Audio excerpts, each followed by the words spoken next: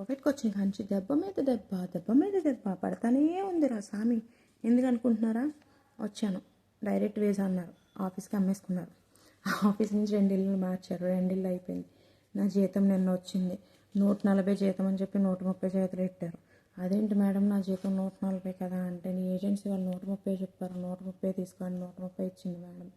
సరే మనం గట్టిగా మాట్లాడి వెళ్ళిపోదామా అంటే, ముందు 2 ఇల్లుల కన్నా ఇల్లు చాలా బెస్ట్ అబ్బా, అంత వర్క్ లేదు, ముసలిది ఒక్కరితే, ఓ పని కూడా లేదు. ఇప్పుడు ఇల్లు మారి ఏ ముళ్ళు కంపల్లో పడతానో, లేదంటే ఏ పెద్ద కుటుంబంలో పడ్డానంటే చచ్చి ఊరుకుంటాను. ఇంకా అందుకు 10 పోతే పోయింది అని చెప్పేసి ఇంకెక్కడే చేసుకుందాం 130 కానీ ఫిక్స్ అయ్యాను. ఖత్తర్లో కూడా సేమ్ ఇలానే జరిగింది. నాకు ఫస్ట్ 1100 ఇస్తా అన్నారు ఖత్తర్ డబ్బులు, తర్వాత 1000 ఇచ్చింది మేడం.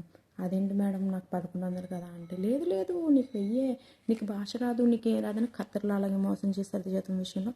ఇక్కడ ఇలానే. అందుకే ఇండియా నుంచి వచ్చేటప్పుడు కరెక్ట్గా కనుక్కొని రండి. నాతో పాటు కొత్తగా వచ్చిన వాళ్ళని కూడా ఇలానే చేశారు. మీకు 130 జీతం అని చెప్తే వాళ్ళు మాటలు చెప్పినవన్నీ గొర్రెల్లా వినేసి నమ్మేసి బొర్రూపేసి వచ్చేస్తే వాళ్ళకి 120 ఇచ్చారు. నేను అందులో పెద్దగా 140 అని చెప్పి 130 ఇచ్చారు. ఇలా ఉంటుంది జీతాలు. ఖచ్చితంగా ఏం చేయలేము, ఇంకా మనం ఏం చేయలేం, కాంప్రమైజ్ అయ్యి చేయడం తప్పితే ఏం చేయలేం. అలా ఉంటాయి ఇక్కడ పరిస్థితులు, అర్థం చేసుకోండి సరేనా. ఇంటికి డబ్బులు కడతామని వెళ్తున్నాను.